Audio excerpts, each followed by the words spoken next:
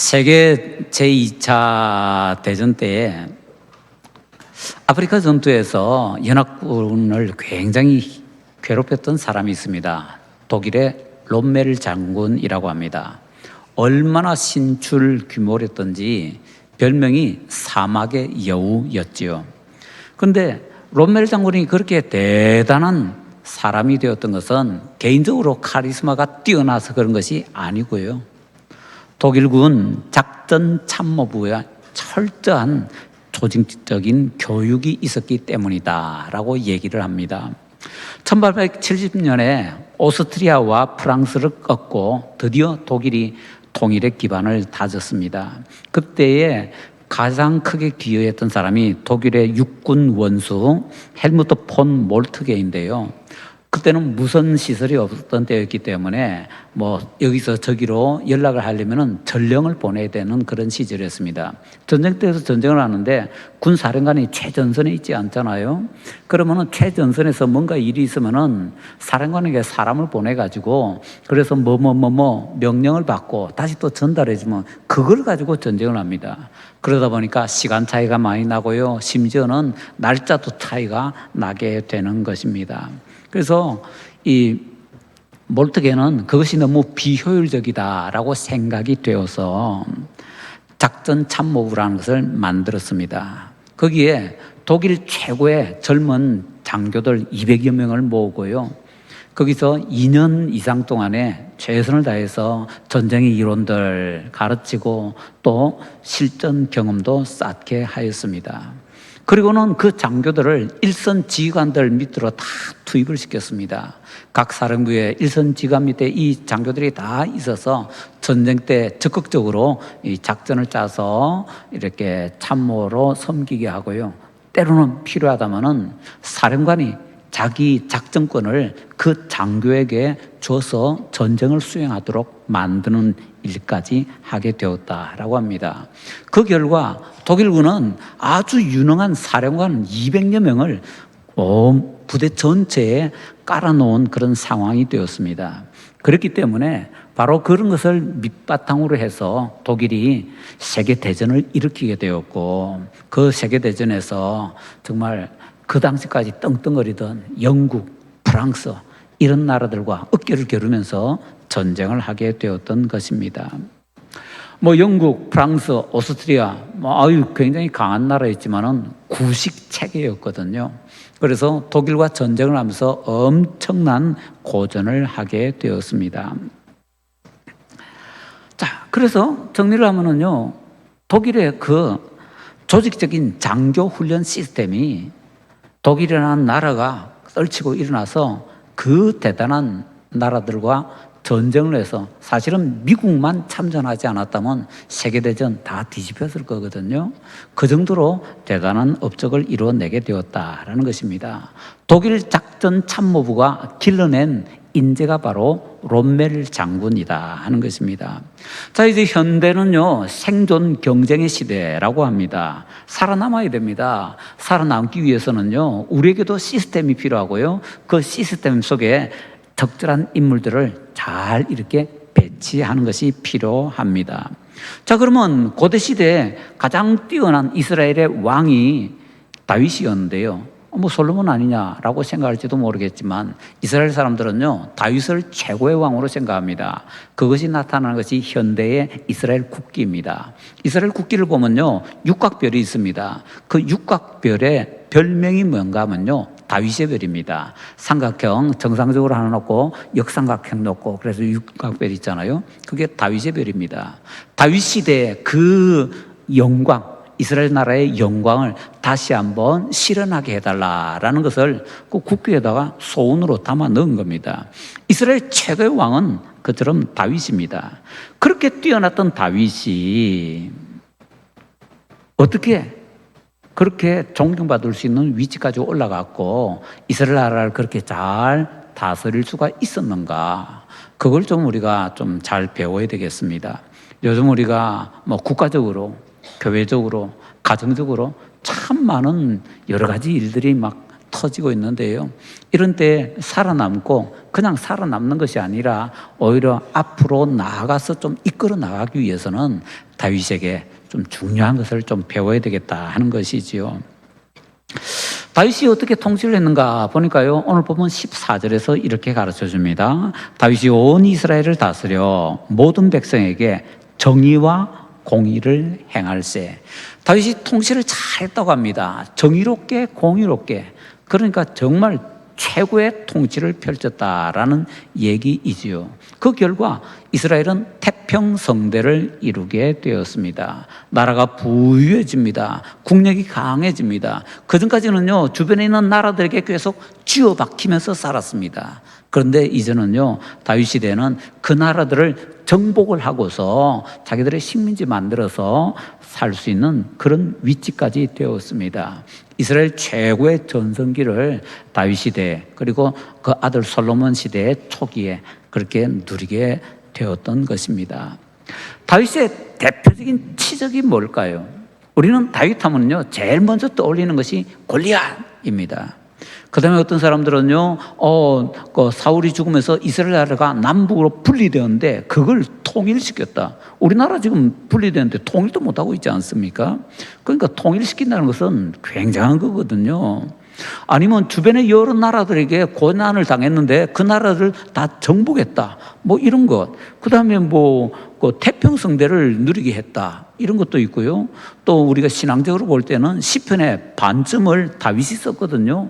이런 것들을 우리가 업적으로 들 수 있는데 놀랍게도 오늘 우리 본문에서는 다윗의 치적을 이렇게 내세우고 있는 것입니다. 뭐지요? 더 중요하게는요, 그 치적을 간단하게 얘기하면 15절부터 17절입니다. 그런데 15절부터 17절을 읽으면서 마음에 감동이 안 옵니다. 뭐지 이게?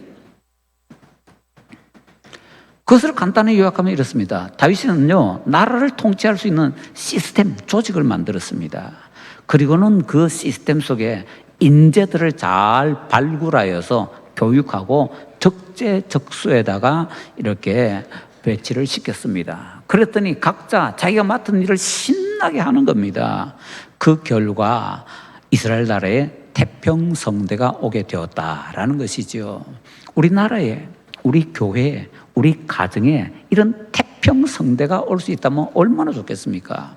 그러기 위해서 다윗이 했던 것을 우리가 꼭 배워야 되겠다 하는 것이지요. 자, 다윗이 시스템을 만들고 또 인재를 발굴해서 교육하고 잘 이렇게 배치를 시켰다고 하는데 이런 것들에 대해서 조금 더 잘 정리하기 위해서 우리가 하나 배워야 되는 것이 시간을 알려주는 사람과 시계를 만들어주는 사람이라는 것입니다. 제임스 콜린스와 제리 포라스가 1997년에 성공하는 기업들의 8가지 습관이라는 책을 영어로 초판을 썼습니다. 거기에서 시간을 알려주는 사람과 또 시계를 만들어주는 사람이라는 새로운 패러다임을 제시를 했습니다. 그들은요, 그 당시에 미국의 유수한 기업들 가운데 역사와 전통도 있고 굉장히 미국을 앞장서서 선도하는 기업 18개를 아주 고심해서 뽑았습니다. 그리고는 그 기업들을 6년 동안 샅샅이 연구를 했습니다. 그래서 시대를 뛰어넘는 이 놀라운 기업들이 만들어지게 된 그런 비결이 뭐냐라고 할 때 그 비결은 첫째가 시계를 만들어주는 사람이 되었다 하는 것이었습니다.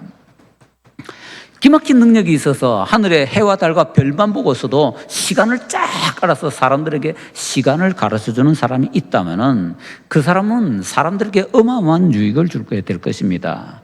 그런데 그 사람이 떠나게 되면은요, 그다음부터는 모든 것을 시간에 따라서 다 이렇게 체계를 잡아놨는데 시간 알려주는 사람이 없으니까 모든 것이 뒤집어지고 엉망진창이 되어버리게 될 것입니다. 그런 사람을 일컬어서 시간을 알려주는 사람이라고 합니다.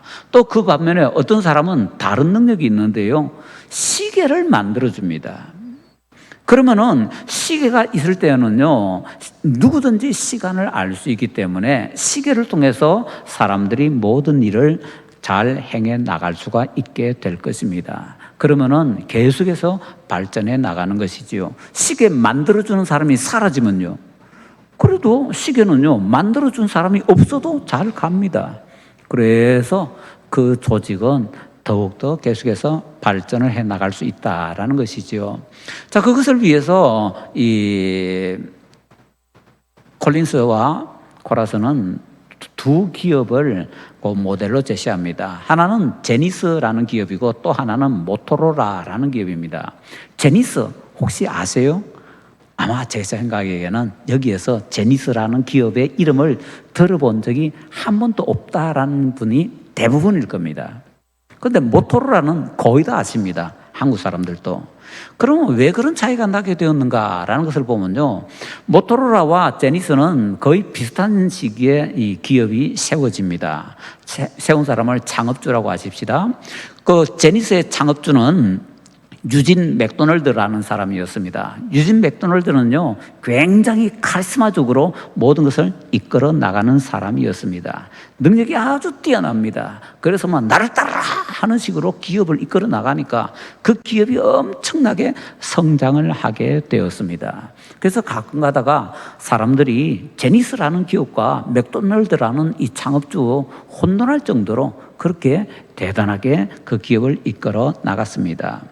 그런데 모토로라의 창업주는 폴 갤빈이라고 하는데요, 이 사람은 그런 대단한 카리스마적인 리더십이 없습니다. 자기는 과학기술도 잘 모릅니다. 그런데 과학기술자들을 많이 최대한 고용을 합니다. 그리고는 그들이 열심히 잘 연구할 수 있게 만들고요, 또 자기 기업의 모든 사람들이 서로 자기 일들에 대해서 토론하게 만들고 새로운 방향을 제시하게 만들어줍니다. 자율성을 많이 부여해서 최대한 자기 일을 자기가 자율적으로 하게 만들어줬습니다. 그런데 그런 때는요, 앞에서 나를 따르라 이렇게 저렇게 가르쳐주지 않기 때문에 서로 토의하고 뭐 해야 되겠다 세우고 그 다음에 일을 해나가다 보면요, 실패를 많이 합니다. 그런데 실패를 하면서 어떤 일이 벌어지는가 하면요, 시행착오를 통해서 배워나가는 겁니다. 그래서 모든 직원들이 한 단계 한 단계 더욱더 성장하고 성숙해 나가게 되는 것입니다. 웬만큼은요, 이 두 기업이 서로 비슷했습니다. 그러다가 1950년대 말쯤에서 두 기업의 이 창업주가 한 18개월 간격으로 둘 다 세상을 떠나게 되었습니다. 그러고 나서는요, 두 기업이 완전히 갈려버렸습니다. 제니스는 우리가 이름도 모르는 기업이 되었고요, 모토로라는 세계 거의 대부분의 사람들이 아는 그런 기업이 되었더라라는 거죠. 모토로라는 한참 잘 나갈 때 우리가 삐삐라고 했던 비퍼, 그리고 핸드폰 이런 것을 비롯해서 최첨단 통신 장비를 만드는 세계 최인류 기업이 되었습니다. 그런데 제니스는요, 여러 번 경영 적자를 겪다가 겨우 텔레비전, 라디오 그 정도만 만드는 아주 초라한 회사가 되게 되었습니다. 왜 이런 일이 벌어졌는가? 두 기업의 창업주의 리더십의 결과라는 겁니다.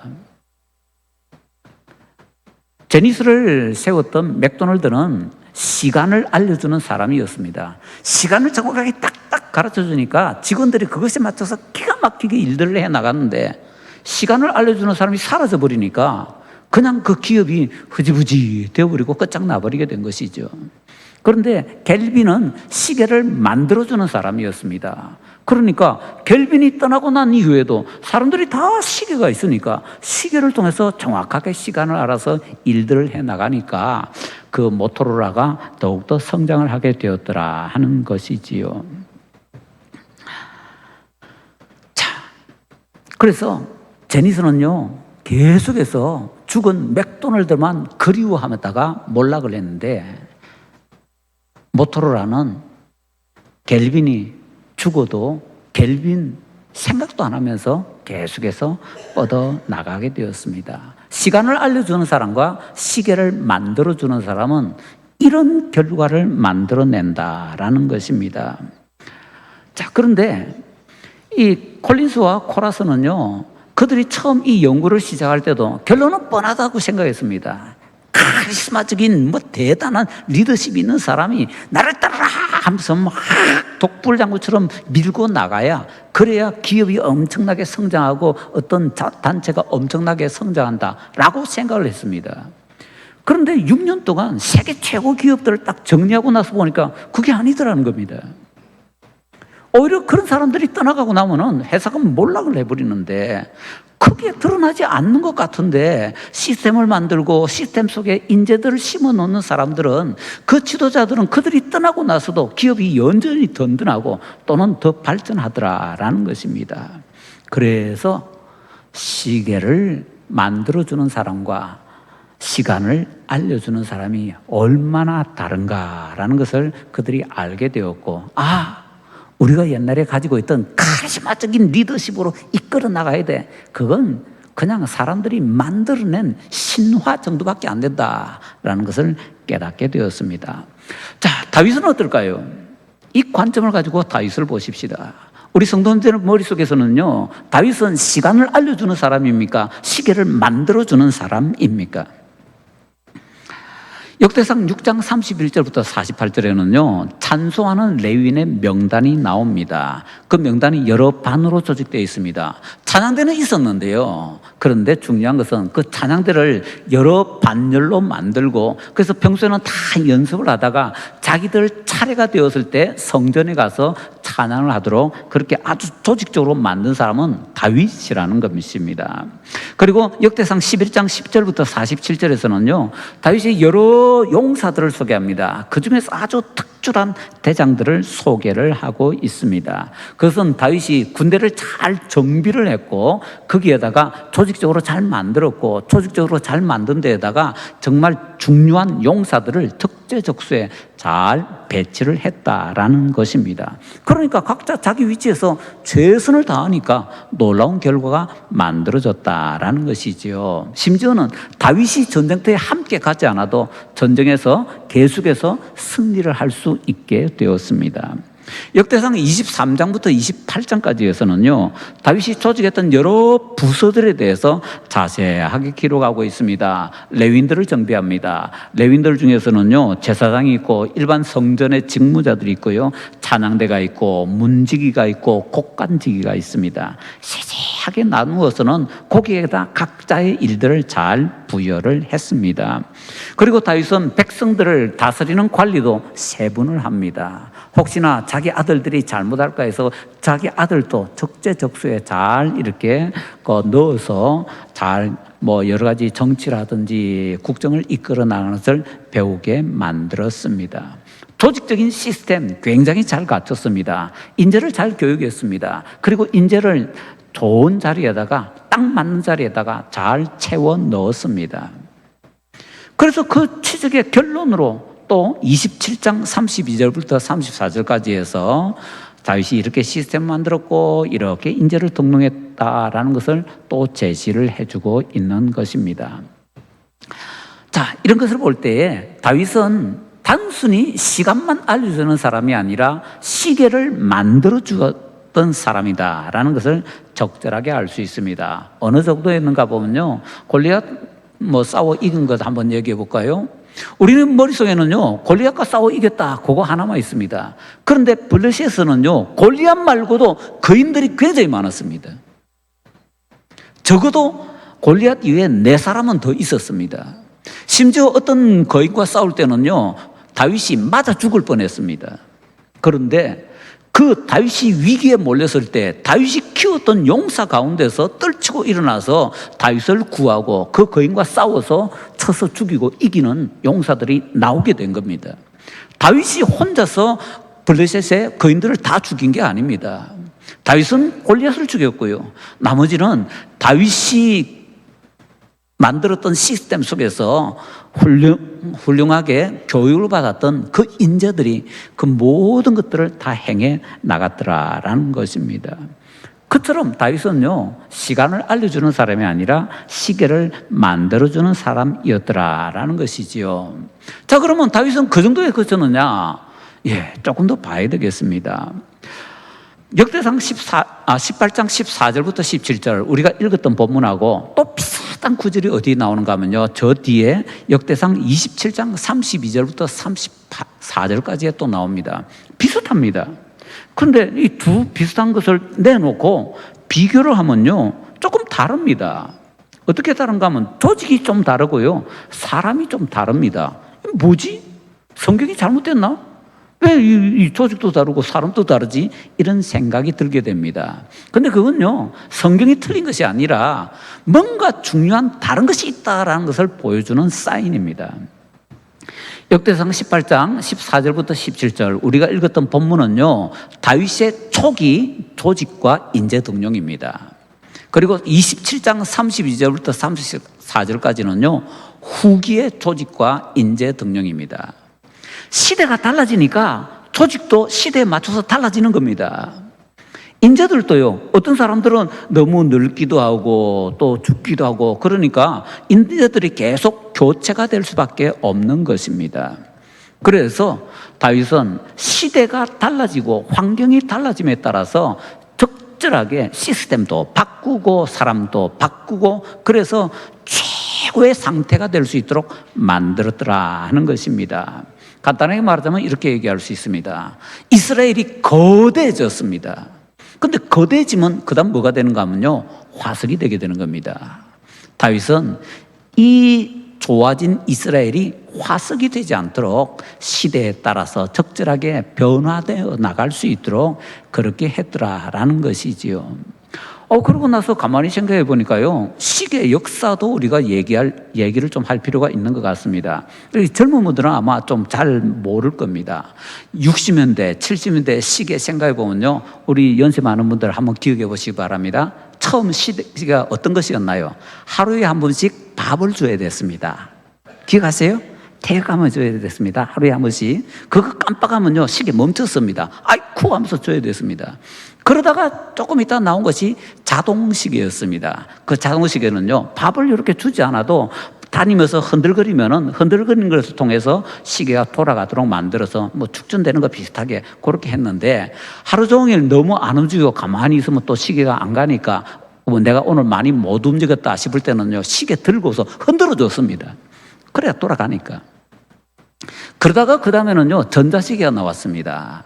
그러면서 전자시계와 일반 우리 토니 나사 보통 우리가 알고 있는 시계 이런 것이 막 경쟁을 하면서 양쪽 다 막 발전을 하게 되지요. 그런데 각자 자기 영역 속에서만 발전을 해 나갔습니다. 그런데 요즘은 어떻습니까? 스마트워치, 애플워치, 소위 워치라는 것이 나와가지고요, 이제는 시계가 시계 기능만 있는 것이 아니라, 시간만 알려주는 것이 아니라 다른 기능들이 막 들어가기 시작하는데, 심지어는 내 운동도 체크를 해주고요, 건강도 체크해주고, 시계에 별 희한한 기능이 다 들어간 그런 시대가 되었습니다. 시대가 바뀌어 나가니까, 환경이 바뀌어 나가니까 시계 자체가 변화무쌍하게 바뀌어 나가는 겁니다. 옛날 사람들이 보면은요, 우리 소위 워치라는 것, 이거 시계라고 인정도 안 할 겁니다. 근데 최고급이고 가장 앞서 나가는 시계는 바로 그 워치라는 것들입니다. 이만큼 시대가 변할수록요, 어떻게 되는가 하면 시대를 따라잡아야 되고 앞서 나가야 됩니다. 그러기 위해서 필요한 건 뭔가 하면요, 시계 한번 만드는 것으로 끝난 것이 아니라 시계를 계속해서 새롭게 만들어 나가야 됩니다. 시대가 바뀜에 따라서 우리가 가지고 있는 시대도 이렇게 시대가 변천하면서 바뀌어 나왔으니까 시계를 계속 새롭게 바꿔야 되는데, 다윗이 그렇게 바꿨다라는 것이 초기와 후기가 그렇게 다르더라라는 것이지요. 자, 그러면은 시계를 새롭게 만들어서 나가야 되는데, 다윗은 그러면 시간을 알려주는 사람 정도가 아니라 시계를 만들어주는 사람이었고, 시계 한 종류만 딱 만들었고 끝나는 사람이 아니라 시대가 변하게 됨에 따라서 새로운 시계를 만들어주는 사람이었는데, 굉장히 뛰어난 사람이죠. 다윗은 그 정도만이 아니었다는 겁니다. 더 뛰어났습니다. 다윗이 어느 정도까지 뛰어났는가 하는 것을 다윗의 아들 솔로몬이 얘기를 해주고 있습니다. 유대인의 속담 가운데 탈무드에 이런 말이 있습니다. 자녀에게 물고기를 잡아주면 하루를 살 수 있지만 물고기 잡는 법을 가르쳐주면 평생을 살 수 있다.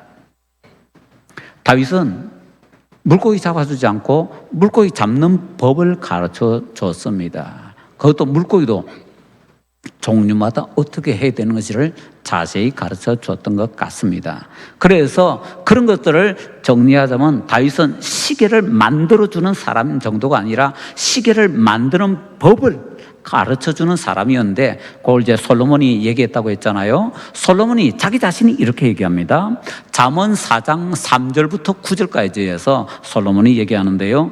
하나님께서 솔로몬에게 응답을 주셨죠. 1천 먼저 드리고 나서 하나님께서 기뻐가지고 내가 너한테 뭐 해줄까 말씀을 하시니까 솔로몬이 지혜요. 좀 더 정확하게 말하자면 솔로몬이 해야 되는 가장 중요한 일이 재판하는 것이었기 때문에 재판하는 지혜요 말씀을 드렸고, 그것이 하나님의 마음을 기쁘게 해서 하나님께서는 그럼 내가 그것도 주고 더하기 보너스도 줄게. 보너스가 부귀 영화 이런 것까지 얹어주신 겁니다. 그런데 솔로몬이 어떻게 해서 그런 지혜를 달라고 하나님께 간구하게 되었는가? 그걸 가르쳐주는 것이 잠언 4장 3절부터 9절까지입니다. 그 중에 중요한 것만 말씀드리면요, 5절에 이렇게 얘기합니다. 자기 아버지가 자기에게 이렇게 가르쳤다고 합니다. 지혜를 얻으며 명철을 얻으라. 7절에요, 지혜가 제일이니 지혜를 얻으라. 솔로몬 귀에 딱지가 앉을 정도로 세계에서 가장 중요한 것이 지혜야. 너 지혜를 얻어야 돼. 하나님께 너 지혜 달라고 해야 돼. 그렇게 교육을 받은 솔로몬이다 보니까 제일 중요한 것이 지혜구나.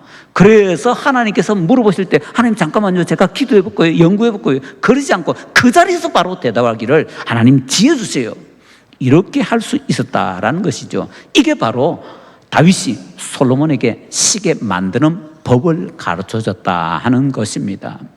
자, 그러면은 시계를 만들기 위해서는, 좀 더 나아가서는 시계를 만드는 법을 가르쳐주는 사람이 되기 위해서는 어떻게 해야 되는가?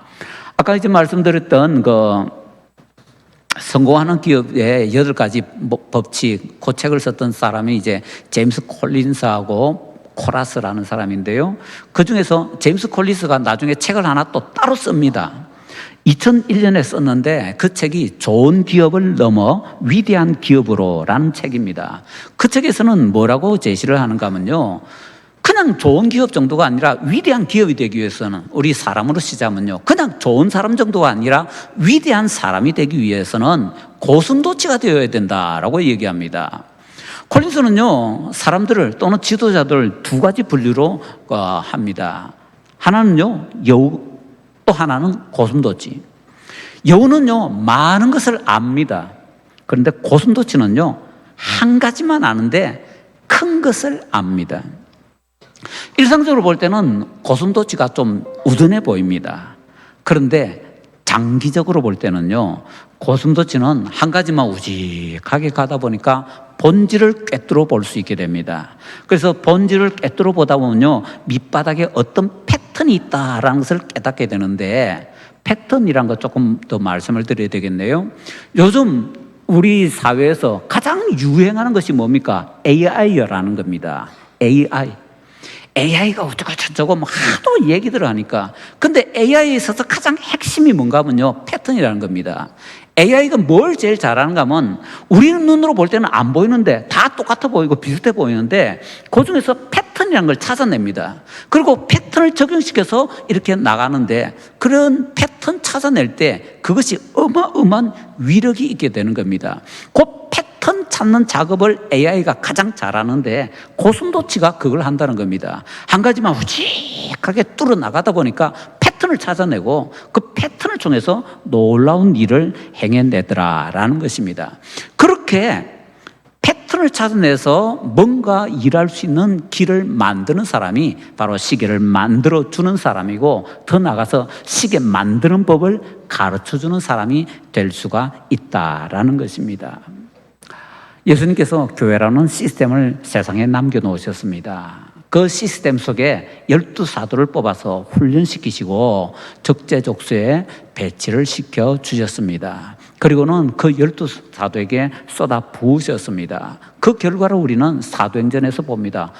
사도들이 그걸 훈련받다만 이런 놀라운 사람이 되었구나, 복음서와는 천지차인 사람이 되었구나 라는 것을 알게 된다라는 것이지요. 마지막 정리하자면 이런 말씀을 드리고 싶네요. 모토로라 하면은 지금 사람들의 머릿속에는 그냥 거저그런 기업 중에 하나라고 이렇게 머리에 새겨져 있습니다. 예전에 세계 최고의 기업이었는데 핸드폰 시대까지는요, 왜 갑자기 이것은 그냥 그저 그런 기업, 심지어는 모토로라도 망해가지고는 구글로 넘어갔다가 구글에서 또 다른 데로 팔아버렸거든요. 그렇게 초라한 기업이 되어버렸습니까? 이유는 뭡니까? 다시 말씀드리면요, 모토로라의 창업자는 시간을 알려주는 사람이 아니라 시계를 만들어주는 사람이었는데, 모토로라는 창업 쪽에서 받은 시계 그대로 차고는 시대가 변해가는데 그 시계 안 바꾼 겁니다. 우리는 자동이야, 자동. 그리고는 그냥 가는 겁니다. 남들은 지금 스마트워치니 뭐 애플워치니 그런 거 차고 있는데 내 거는 자동이야. 흔들기만 하면 시대 잘 가. 그 정도로 끝나버린 겁니다. 그래서 모토로라는 결국에는 생존 경쟁에서 뒤처져서 도태해버린 것이다 라는 것이죠. 모토로라에 진짜 필요했던 사람은 시계를 만들어주는 사람 정도가 아니라 시계 만드는 법을 가르쳐주는 사람이었다라는 것이죠. 그래서 시대가 변하게 되겠다 말아서 거기에 따라서 시계를 새롭게 바꿔 나갔다면 만드는 법을 아니까 바꿔 나갈 수 있는 거죠. 그랬더라면은 아마 모토로라는요, 지금 현재 애플보다도 더 대단한 기업으로서 자리매김하면서 아무도 넘보지 못하는 그런 기업이 되었을 것이다 라는 것이죠. 뭐 기업만 그러겠습니까? 나라도 마찬가지고요, 우리 교회도 마찬가지고요, 개인도 마찬가지입니다. 가정도 마찬가지입니다. 우리가 이렇게 시계 만드는 법을 배워야 됩니다. 하나님께서 우리에게 은혜를 베풀어 주시되 우리 가운데 시계를 만들어주는 사람 나오게 해주시고 그중에 시계 만드는 법을 가르쳐주는 사람이 나오게 해주시옵소서. 시계 만드는 법을 가르쳐주는 사람은요, 초특급 천재들입니다. 그런 천재들이 나와야 교회도 살고 나라도 살고 모든 것이 살게 되는 거지요. 그런 사람들이 자기 역량을 발휘할 수 있도록 만들어주지 못한다면은 뭐 제대로 모든 것을 할 수가 없게 되는 것이지요. 우리 진주교회가 우리 모든 성도님들이 가정에서 교회에서 시계 만들어주는 사람, 아니 시계 만드는 법을 가르쳐주는 사람, 그런 놀라운 사람들이 되어서 위기라는 이 시대에 잘 헤쳐나가시게 되기를 예수님 이름으로 축원합니다.